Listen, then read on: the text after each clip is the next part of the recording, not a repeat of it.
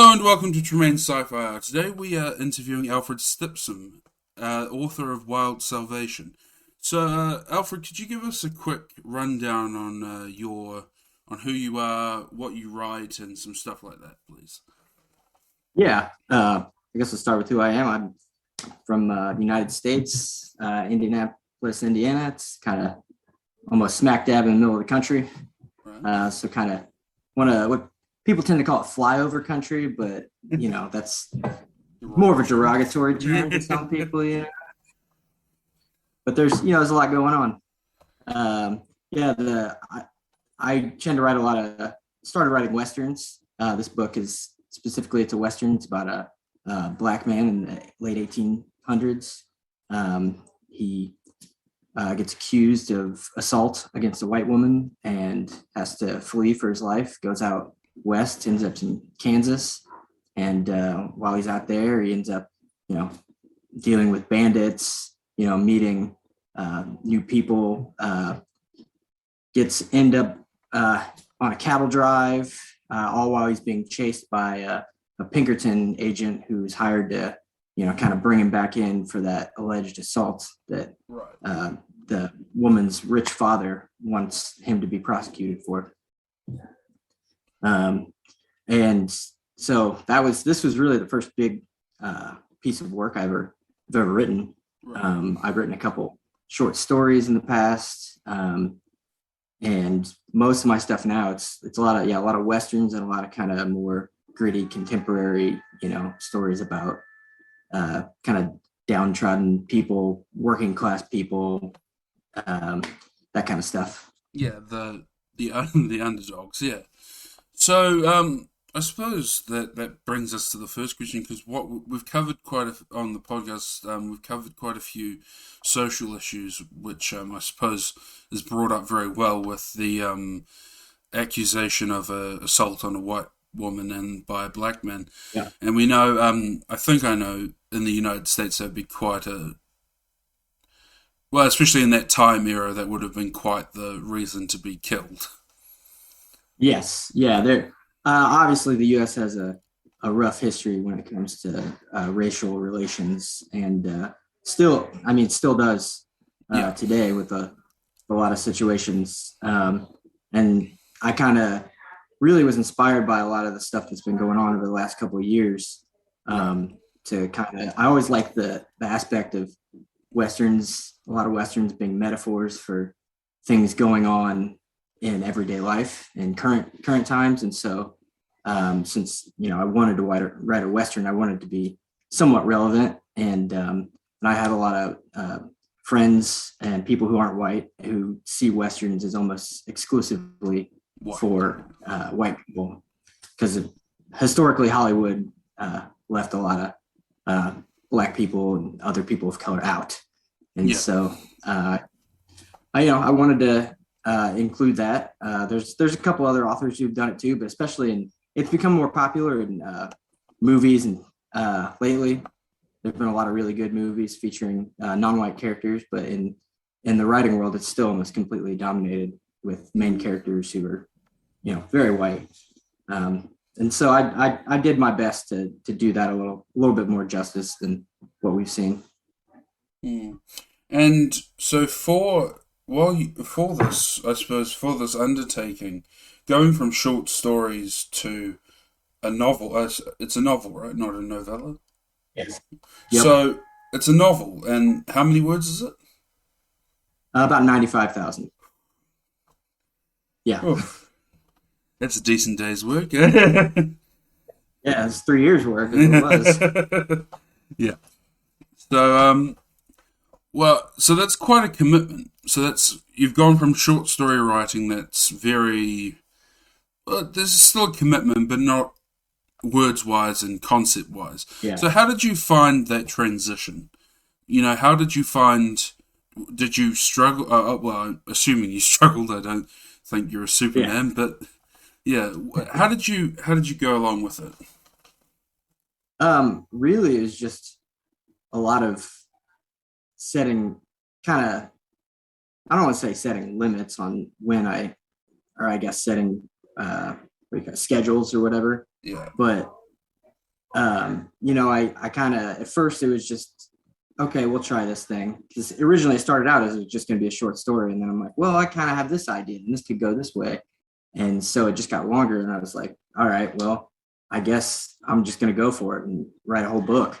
And, with, I'm also, I'm not a professional writer by any means. I'm an electrician as well. And I was going through my whole apprenticeship for most of the time that I was writing this book. And so it was just kind of a lot of times whenever I got the chance, which was, a lot of evenings and then most on the weekends, I would get up. I tend to get up around kind of 7:45 and just kind of got my time to myself and start plugging away. And it takes a lot of persistence for the most part. Right. Just gotta keep going at it. And I really, it's, like any large project, you just kind of go one step at a time. This one had, it's got like three parts. I separated into three distinct sections. So three act structure like that, sort of. Basically, yep. Yeah. And so really, since this was my first novel, I was kind of more, on short stories, you can do a little bit more editing as you go. Whereas writing novels, generally now, the general advice that most people have is kind of just get it all out there on the page and then go back and edit. But I kind of didn't know that at the time. And so kind of got that first act done and went back and started editing and then kind of started working on the second one from there. And so that's probably why it took me so long to write. I don't feel like it would have taken me as long nowadays, but you live and you learn. Yeah, exactly. Yeah. So, I suppose for a lot of people who dream of finishing their novels, a lot of people will go try to be a novelist and never finish anything. How did you I don't know if you struggled with it, but did you find that when you were coming towards parts where you felt, well, especially after, okay, let's go to, for this, for example, after you finished the first act, when you got into the second act, did you find you suddenly went, or did you have moments where you were like, am I going to be able to do this? What's going to happen? Tell us a little bit about how you overcame some of these struggles. Yeah. Well, so coming out with it, I kind of in my head had major plot points of where I wanted it to go, and then just would start from one and kind of go to the other. And really, once I finished that first act and kind of went through it, the first act seemed like it came out real quick. Like I was just ready to go. I knew what I was doing, and it was done. I mean, it was probably that first act, probably 40,000 words.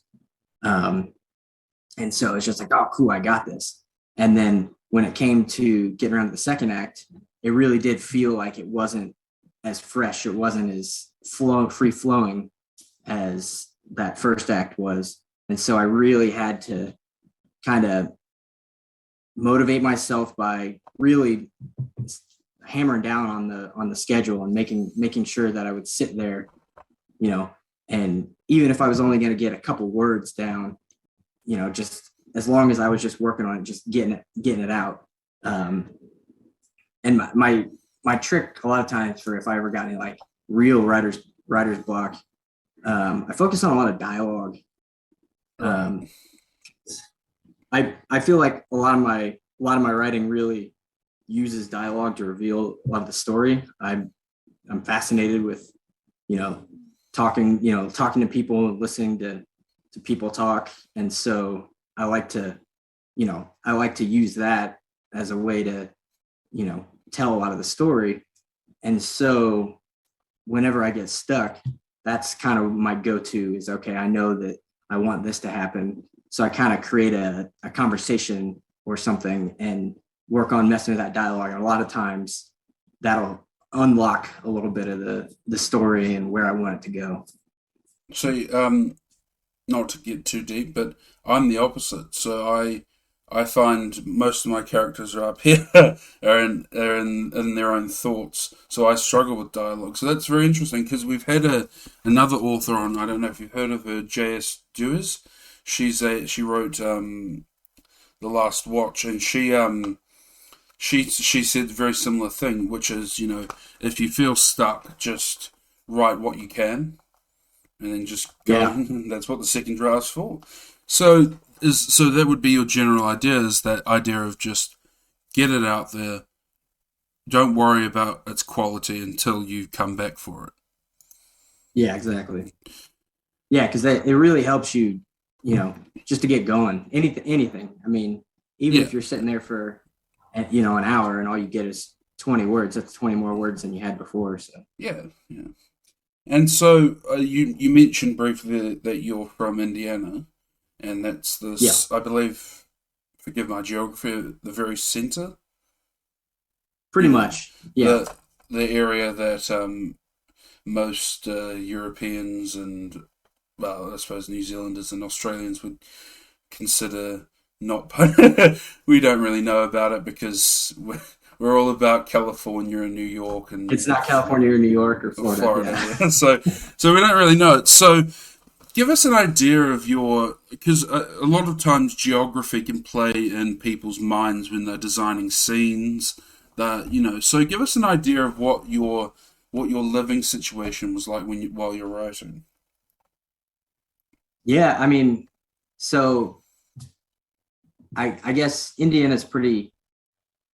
It's it's agricultural. There's a lot of farm fields, a lot of mostly corn and soybeans. Those are the big things. And so I personally didn't grow up on a farm, but I have family who farmed, and I grew up in the suburbs of Indianapolis, which is the biggest city, and it's mostly known for the race, the Indianapolis 500, Oh, which yeah. that's yeah, that's what most everybody associates it with.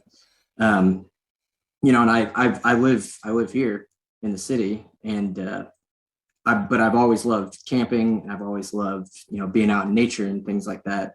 And I've always loved the times getting to go spend time with my family on extended family on their farm. So like the idea of that being around animals, being kind of in more rural areas really influenced my love for westerns. That and growing up used to watch. They always have old black and white westerns on TV and Saturday mornings when I was a kid before we'd start watching cartoons.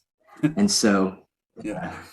all that like kind of combined to get me really, really into, fascination with that. And I was a history major in Oh, college okay. too. Yeah.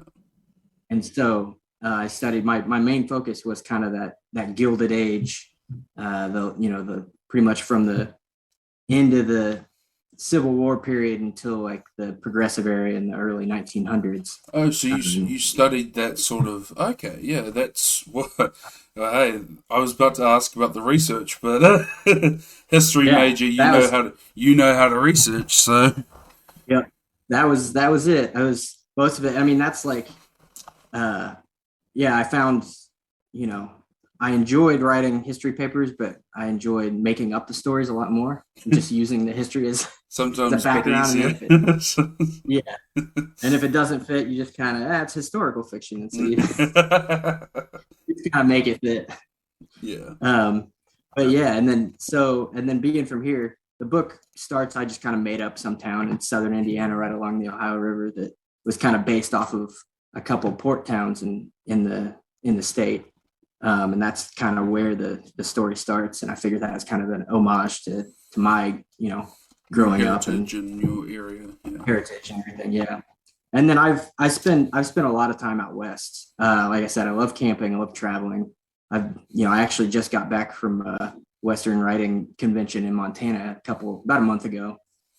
Drove all the way out there, stopped in, a couple parks. I went to Theodore Roosevelt National Park in North Dakota, which is another or another state that nobody thinks about going to. But there's all kinds of places. The United States is huge, obviously, but Yeah.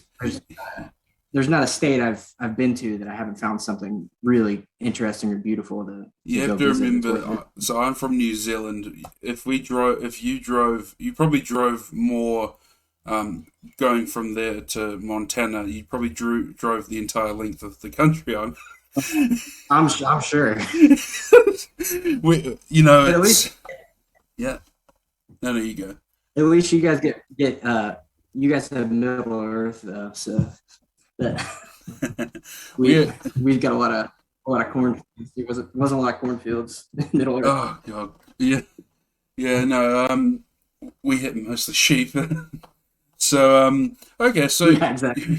but you mentioned to me a little bit about your interest in sci-fi. Now that's Yeah. the predominantly main thing we talk about, but we also branch out occasionally. So I know westerns and sci-fi seem like they would be legions apart, but they're not to a degree because there's a lot of popular sci-fi. Yeah. Yeah, lots of popular sci-fi has that Western feel to it, especially Star Wars. I think a common love of ours Mhm. is very Oh much yeah. like someone like Cad Bane is like a you know the cow like one of the black-headed cowboy. Um, Yes. yeah, so tell us a little bit about how sci-fi has plays its role in helping form your fiction because we know that as you absorb content, you begin to formulate ideas. So, were there any sort of concepts that you took from sci-fi? Absolutely. Well, I mean, I'll just say the reason that I started writing fiction in the first place was because I'm a huge Star Wars fan, and I maybe a popular camp, I don't know, but I did not like the new trilogies at all. I was Me too. I not so much the. I mean, it's just the stories were just so. I was basically saying like I could write better than this, and one of my friends was just like, "Why don't you write something better than?" And I was just like, "Oh, Put your okay." money where your So mouth I is. started. That's how I started writing fiction. Yeah, and because to me the original, especially the original trilogy, took a lot of fantasy aspects, a lot of aspects of westerns, aspects of samurai films, which everybody knows this stuff. I mean, this is Yeah. it's been out there for years, but it just integrated it so well, and I felt like the the new trilogy was. I'm more hot and cold on the prequel trilogy. Some days I like it, some days I'm kind of that.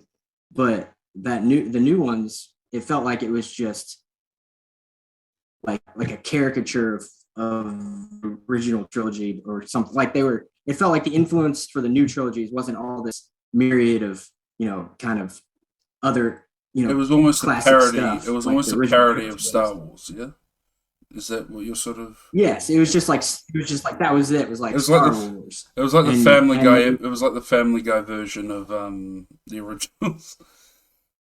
yes, yeah, seriously, it's like, I mean, especially the episode 7 was. I mean, it was almost the exact same movie as episode 4, as A New Hope, but they were just like, we're gonna tweak some things here. Oh, and you're gonna have a lot more questions. How did we even get here?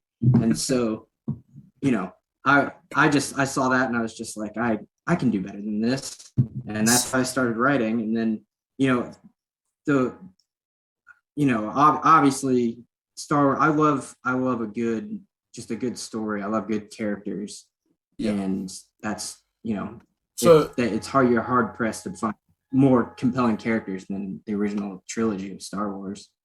Um, just really, they're all deep. They all have their different motivations, and they're all working together, for a goal. There's good twists, so like the that original trilogy is fundamental to how I yourself as a yeah. perceive what a good story should be. Yeah. So tell me, I'm not getting personal. I'm just asking, what is your age? Because this is what I think is critical for loving the prequels. Is if you were the age when the Clone Wars was coming out, you loved the prequels. That's what I think is the was the ace in the hole.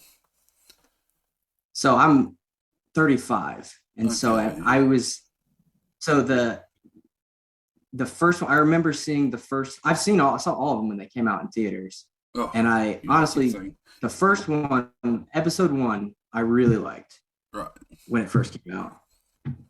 And then by the time the other two came out, I had gotten older and was kind of less. cynical. For He got a bit more cynical, yeah. and then really, I still think episode 1 is decent. I just think they could have edited it a little bit better. Yeah. Well, There's yeah. a lot of the tension scene, a lot of the tension is completely just cut up by like goofy young Jar Anakin Jar. or Jar Jar Fucking Jar Jar. just like you had me and then it just ruined it. But yeah, You're like, oh my god, look at this pod race. It's so now this is oh. yeah, you're like, come on, like you had me and then you just ruined it with some cheesy stuff, and it's like, Yeah, so but like I know I don't know if you've seen the Clone Wars. There's no judgment either way. But that's where I find the characters came into their own. You know, you got to see Anakin especially because I think a lot of people were a bit iffy about Anakin because, well, as you know, you'll hear the things where he's like, "Why does he bring up sand? Why is he like yeah, this?" And you know, I saw someone trying to explain that with this, which is the idea was Padme comes from a rich family where sand reminds her of going to the beach, whereas for sand for Anakin is when he was a slave on a desert planet. And that was the explanation. yeah. I thought, yeah, but death of the author. If that's not seen there, that's Yeah, not it's not there. it doesn't. Yeah, if you have to write a dissertation to explain it to Yeah, average reader, then it doesn't really come across well. as you know, Like that's a it's really right. cool Yeah, concept, yeah. but It's it's like, why have them have that conversation on a beach? Have her like, oh, I love being on the beach and the sand, and all. It's like not just in the middle of, the not just standing in yeah. some place in Spain, just like. Though, have you seen the new Kenobi series? Because I know that a lot of people have been enjoying the Disney Plus golden era, the new I golden era. I've been taking a break because Had your heart uh broken? yeah, I've just it's been crushed too many times. I'll watch it eventually. I did like The Mandalorian.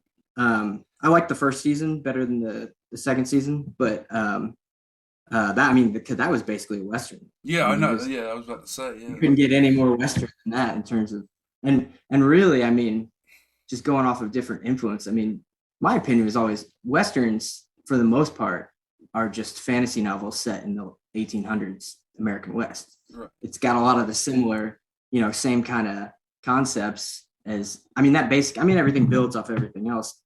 Kind of sci-fi is built off of westerns and other fantasy novels. At least kind of more the soft sci-fi.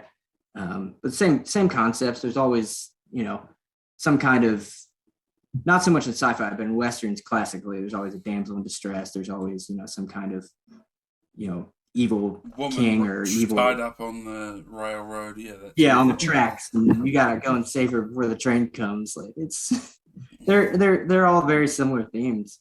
It's just the setting and some of the other things that kind of you play with a little bit. Right. Yeah. And I mean, that's a very good point about the Mandalorian is that sort of, sorry, I don't know if you know this, but there's something called Fett's Vet, which is basically someone did a Boba Fett rap, and one of the lines is Rhyme Renegade, and whenever I think about the Mandalorian, that's the only thing that comes into my head, which sounds ridiculous, but yeah, it's that sort of I know idea. the song. I know the You song. know the song, yeah. I know the song. It's a, it's a hell of a song, but It's yes, the same. Oh, what is it? It's the same guy from Aqua Teen Hunger Force. He's in. I don't know if you've ever seen Aqua Teen Hunger Force, we're a but couple of nerds. uh, yeah. Yeah, but yeah. So I mean, how did you? So when you were deciding to write, did you have an idea that just grabbed you, or did you have like a moment where you were like, I could do this, or I could do this, or I could do? Was there anything that sort of was what leaked out at you to get you to where you are now? Um, so I had like a basic concept of what I wanted. You know, I wanted to have this black character. I wanted him to be dealing with this parallel of like he's dealing with this in the 1800s, and a lot of black men that age are still dealing with these kinds of things, and they but also kind of integrated into like a Western theme. And so I was just kind of like had some scenarios in my head, some like main plot points, and kind of just went, had those plot points set up and just filled in the gaps, if that makes any sense. It's almost like I'd throw the character into a situation, and then it would be like, well, how do they, like, here you are. And then it's like, what would you do to get out of this? And it's almost like asking the character, like, what are they going to do next? That whole like, thing what are is you hot going to do? potato. Yeah, exactly. It's like, here you go. It's like, now figure it out. Really, now I got to figure it out. But yeah, It's very much that if the story seems boring, break the character's legs. yes, yeah. But do it in a way that's not like jerking the reader around. I try anyway. Try and keep it within reason. Yeah. But Don't break a lot his of legs and then have him walking the next day. exactly.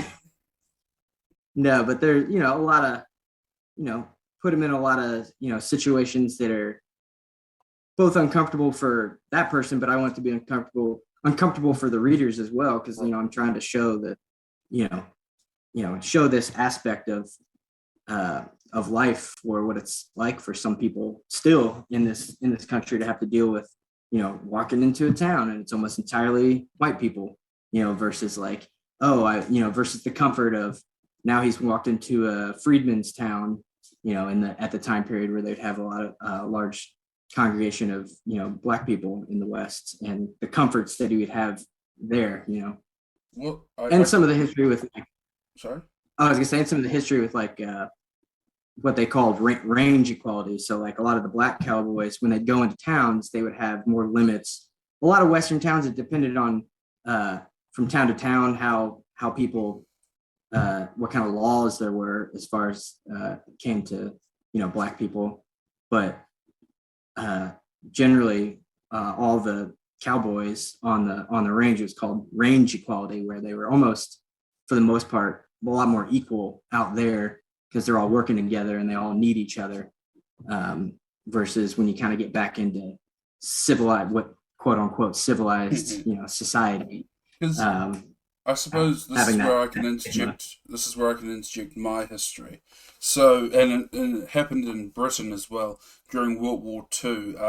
There was obviously a lot of American Marines stationed in New Zealand and stationed in Britain, and we have something yeah called the Battle of Manners Street, where some American soldiers tried to block, because we have the native Maori, and I'm Maori as mm-hmm. well, and they tried to block them going in, and it's caused a fist fight that, and then of course because we had 7 o'clock closing times, all the bars emptied out, so all these yeah drunk people came out and were like, come out what the fuck's going on here?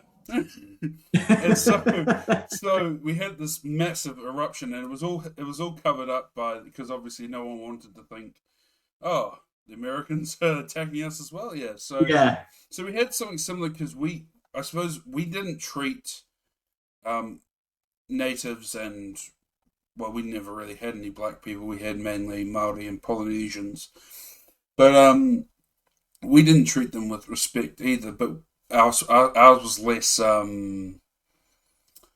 not systematic, institutional. It was more on the yeah day to day thing. So I yeah suppose, did you find yourself while you were writing this thinking, you know, because there's obviously something called white guilt. There's obviously things like that. Did you find yourself thinking, oh my god, what, like, because obviously you've done the research of the time, so you know that there were some horrific things committed by not your forefathers, but you know but what yeah I'm saying, your yeah countrymen. yeah So what were some of the emotions? Because obviously there's a conflict, because you may know someone in your family who may be outwardly racist, but still a lovely person to you. So how do you cope? What do you do with those sort of things? that I mean that happens all the time. I still have people I know in my friends or extended, not necessarily friends, close friends, but like extended family or people that I've worked with, where it's like the way they act around me is very different than the way they would act or say, or what they would say, or if they were around a Black person. And that's kind of, I've tried to integrate that into the story. There's some scenes. There's one scene specifically where the main character is talking to a stagecoach driver, and they're drinking together, and the stagecoach driver uses the kind of uses the N-word freely, and then the main character kind of noticeably is made uncomfortable by it, and so the stagecoach driver is like, and then switches off. And I've seen plenty of times where there's a white person who, when nobody's around, they'll think that it's okay to just like say that word, and I'll be like, no, it's not cool. You wouldn't say that in front of a Black person. Why would you, just because you think you're in a safe space, like that doesn't mean that I have Black people in my family, extended family, I have Black friends. You don't know who you're talking to. You shouldn't be saying it at all, let alone thinking that you're just in some safe space. And so it's like there's still that, and that's kind of one of those things I want to show, that like that's that is there. And that it's also, there's a lot of people who will, I guess, have, what do you call it? Microaggressions, where they'll say things where they're not using the N-word, they're not being hateful, but they say things that are insensitive and they don't realize it.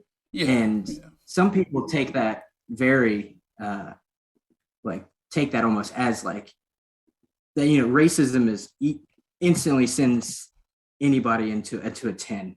If you suggest that somebody's racist, that instantly sends them to a 10. Yeah. White fragility and things like that. Yeah. Yes, exactly. And so, which like you asked about like white guilt and stuff like there was a time, when I was younger, I kind of, I guess, had that, but then I realized that's just almost like, that's not helping anything. That's just makes you feel better rather than. Yeah, it just makes me feel better. It doesn't make the situation better at all. No. And so there's a lot of people who still kind of have that, and a lot of people who will still express a lot of those like microaggressions, but if you bring it up to them, they get instantly defensive because they associate racism with actual outward hateful behavior. And it's like, they don't understand the systematic aspect of it, and how like, saying certain things or assuming certain things can, alienate somebody. And I suppose that's actually a good question to make. Is do you see how that was? Do you see it challenged in a lot of sci-fi media that you've consumed? Because some of the stuff you listed to me is older, but there's things like stuff like the Hunger Games that was more recent. So like they tried to do that with sorry, let me rephrase that. In Star Wars, there were the new stuff. There was obviously a lot more minority characters because that is important now to have representation in media. But what happened was, because the movies were bad, people then went, they attacked the actors. Because for some reason in Star Wars, whenever we don't like the movies, we attack the actors. Yeah, exactly. Not the writers. Sorry? I've always been adamant that my issue was with the storytelling and not with the inclusion of But here's the other thing. Character. Do you remember young Anakin, the actor who played him? Yeah, he's actually from Indiana. Oh, okay. Well, did you know he's now mentally ill and he's been in jail because he got bullied so much? Really? Yeah, I know that is the depressing part of the Star Wars community, is that, and the guy who played Jar Jar, considering like the kid was a 13-year-old or 10-year-old boy, it's like, yeah, what are you doing? And he wasn't bad. He wasn't bad. It was just the way that he was kind of put in there. The way they edited it, he just highlighted him too much. Do you think, because they've said this before with George Lucas, Do you think it would have been different if George Lucas had one of his director friends direct it? Because he said originally that he wanted someone else to direct it, but no one would touch it. Do you think it would have been different? I don't know, because that's tough. Maybe, maybe, but I mean, I thought that both Ryan Johnson and oh, why J. can't J. suddenly can't Abrams. think of his name? J. Yeah, J. J.J. Abrams. Abrams. I thought they were both gonna do great too. So I think honestly it comes down to Disney being the owner, and there's just obvious things like I enjoyed the Mandalorian, but I would have enjoyed the Mandalorian better if they're, don't get me wrong, Baby Yoda is cute. Yeah. But it's just kind of like this. They clearly put Baby Yoda in there to sell toys. It's like it's Disney. They're it's kind of like how all the Marvel movies are gonna be about a B plus for the rest of eternity because it's Disney. Because they're just gonna make kind of safe movies that sell toys Do you for think so? eternity. So let's just go into. I'm not sorry. I shouldn't say Fantasyland.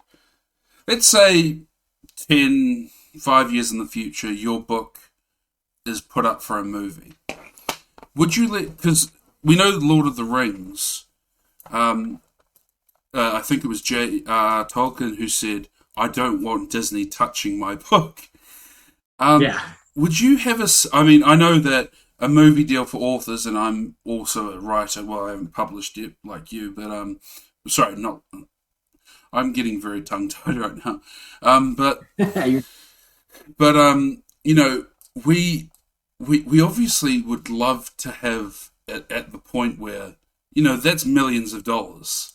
That means you wouldn't have yeah, to work. You could be a writer for the rest of your life. But it is also still your baby. It's something you spawned from your brain. So how would you deal with a movie deal like that? Because you know that someone like Disney is going to make a safe film and one that sells in the Asian markets, and you know that therefore what they're going to do with your characters is going to be very, especially with a not controversial book, but a book that deals with controversy so well. yeah. See, the true artist in me says that that I wouldn't want to compromise, but the realistic idea of like Disney or somebody's coming at me with a contract, yeah, it's like I don't know. I might just know that I'm gonna hate it and just deal with it. Like I don't know. the Stephen King approach. Yeah, Well, to be fair, yeah. He yeah. Sorry, what were you saying? I was gonna say Stephen King or Alan Moore. I know Alan Moore hates just about everything that's been made out of his, like V for Vendetta and Watchmen and all that stuff. He just absolutely hates it. Well, yeah. I mean, it's certainly fascinating how many authors hate the films that have come from their books. Just like you did that with them.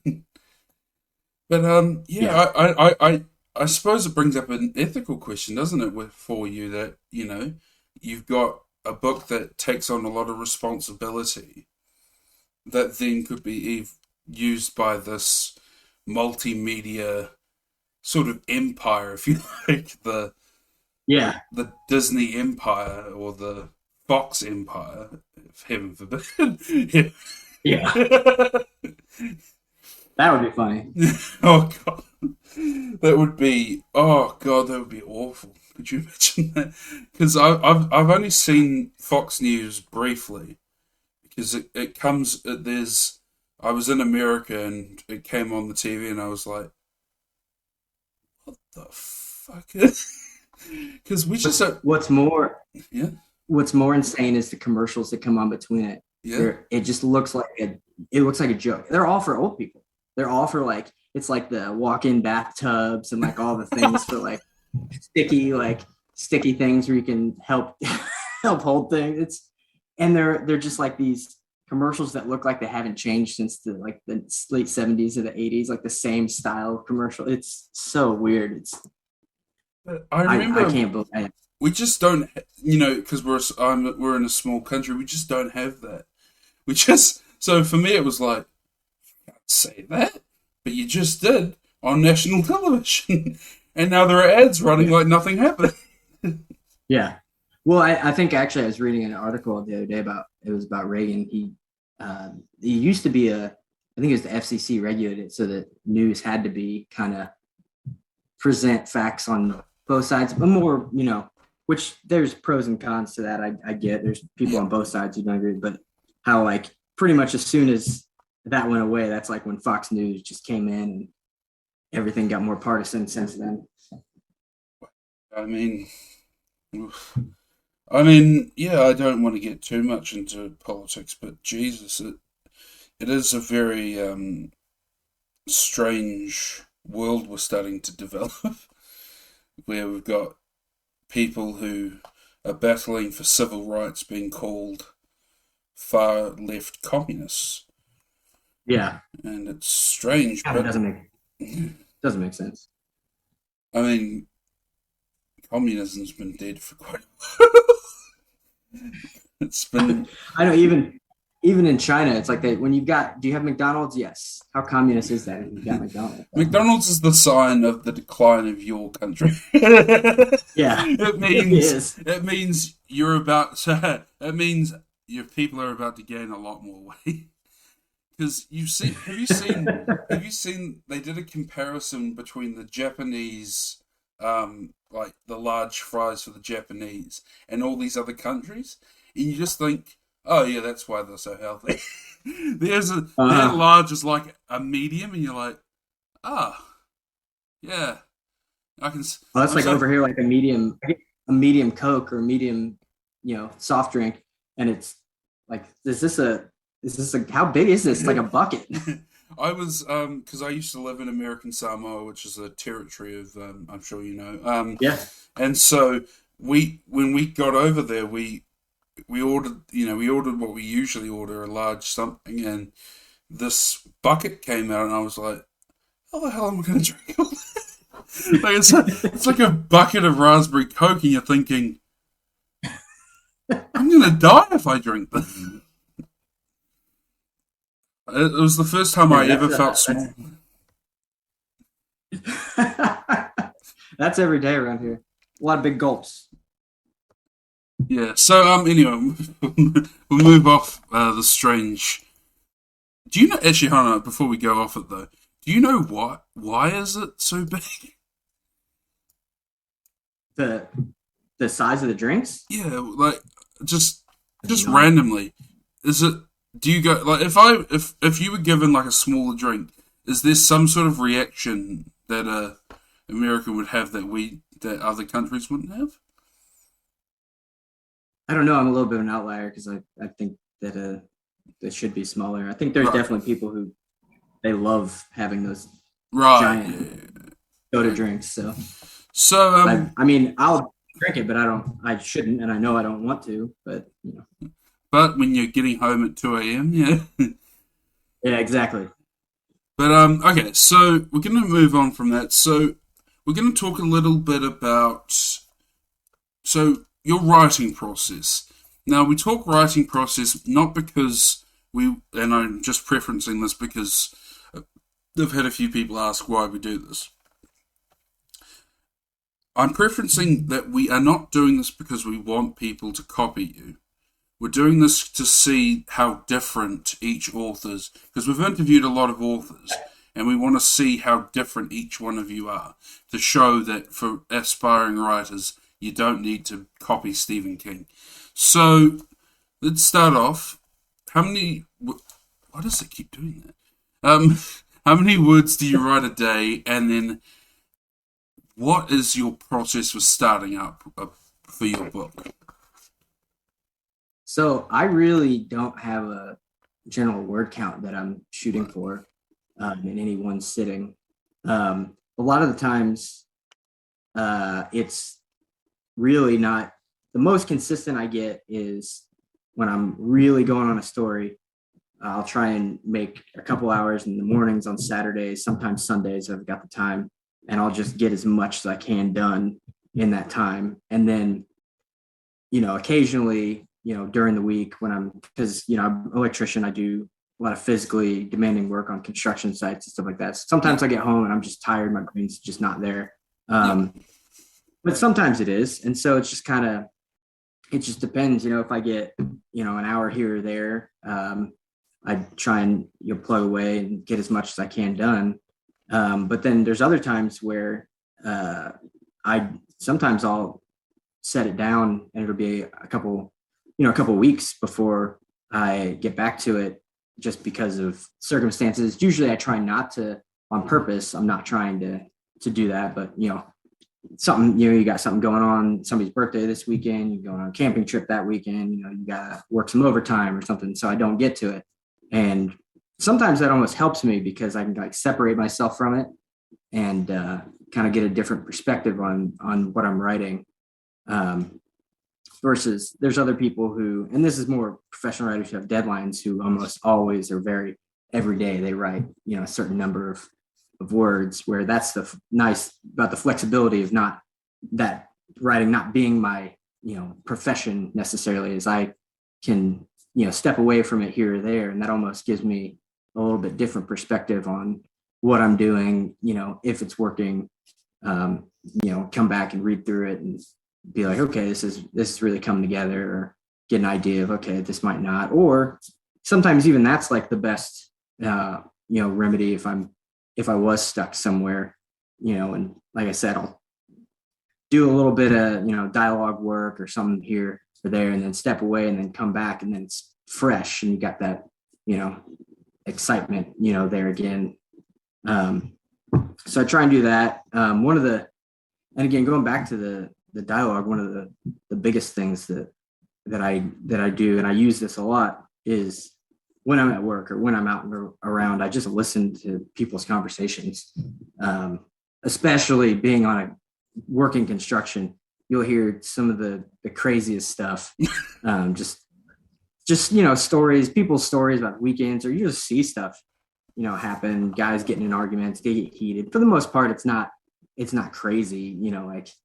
It's not, construction work isn't as volatile as people make it out to be. But I mean, there are definitely, it's a more masculine environment, and so sometimes dudes can get heated.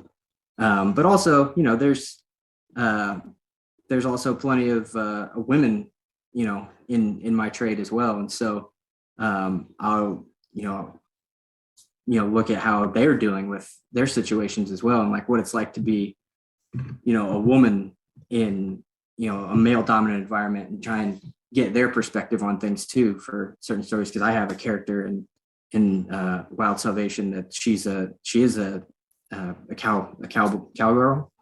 She's not a cowgirl, cowwoman. I don't know what the actual term is. Well, it's cowboy, so it's surely cowgirl, right? Yeah. Sure, cowgirl, yeah. Anyway, and she's and she's in it, and I kind of base that character off of several experiences that I've had around women working in kind of a more male dominated environment. So it's just kind of taking all those things. When I get a story going in my head and it's really going, it's just, I'm constantly it's just mulling it over. It's just in my head, and I'll be at work, and it's just like, sometimes you come home and that's the first, if you can, it's the first thing you do. You just try and get it out. And then other times, it's just writing notes and then hope and just saving it all up, and then waiting for that time on the weekend when I can, get, those couple hours. And I mean, it's, you get lost in it. It's just a couple hours can go by, like, feels like it's 10 minutes when you're up there really kind of working on a story. Now, so I'll ask two questions and feel free to not answer one of them, but it's just a strange thing that occurred to me maybe a couple of months ago, that I wasn't actually thinking of any of the words that were going down. Do you have a similar thing? And then also, are you a pantser or a plotter? I'm probably a halfway between. Right. Where it's just like, I've got the plot, but I've also just kind of like, I'm riding by the seat of my pants, just kind of from point to point. And then, wait, what was the first question again? Do you actually know if you are thinking about the words as they're coming down? So That's a good. I never thought about that before. That's a it's weird, right? Because you're sitting yeah, there, you're thinking about this, you're kind of thinking about the story, and as you're typing, you're thinking, "Wait a minute, who the hell's writing? Who the hell's writing yeah. this?" No, I think you're right. I think when I'm really going, it's just coming out, and it just seems like it's writing itself almost. Yeah, But there's definitely times when it feels thinking like you're each really word. gonna Yeah, pull it out of you. yeah, Yeah. yeah. I think so. Do you know what's? Do you know? There's I've brought this up in a couple of interviews. There's that classic thing with George R. R. Martin, who's a full on pantser, and there's that classic thing now where he's written himself into a corner, and Yeah. that's what I always because I'm not a firm plotter, but I'm more of a plotter than anything else. And so I just keep thinking, yeah, I'm not going to write my. Sure, it'll never get published, but at least mine won't be in a. It won't be in a corner. Yeah. So yeah, so well, we're going to start winding down here because we don't want to keep you for too long. But Sure. what I suppose what final words do you have for some aspiring writers? You know, what's the journey? What's some of the things you've learned on your journey, and what would you like to share with them? Definitely just yeah, aspect of persistence. You just gotta keep going, keep plugging away. And that's not just with the writing, that's with the once you get to the publishing aspect too, is you're gonna get a lot of no's. It's mostly no's. And you gotta learn to toughen your skin up. It doesn't ever get any, getting a no doesn't hurt any less ever, but you just gotta not let it get you down and just be like, okay, on to the next, be upset about it, get bummed about it, whatever, but then just instead of dropping off, go on to the next one. And with writing, definitely just, you know, just keep going. That's the biggest thing is truthfully, anybody can write a book, but not anybody can finish a book. It takes a level of persistence, and I think that's where most people give up is because they don't realize that it really is. It's a marathon. It's not a sprint. It is a marathon, and you just gotta know that you're in for potentially years worth of work with once you get it done writing and then editing, and then if you do want to get it published, that takes even longer because you submit it, get a lot of no's, finally get an acceptance, and then it's like, all right, cool, we're going to publish this a year and a half from now, and it's like, oh man, it's just a lot of patience and a lot of persistence. Well, thank you, Alfred, for joining us. Don't Yeah, forget to come back. This is so. Don't forget to come back every Tuesday at 7 a.m. to get more episodes of Tremaine Sci-Fi Hour, and don't forget to check us out on Facebook and Instagram under Tremaine Sci-Fi Hour. And is there anything else you would? Is there any social media you want to plug just before you?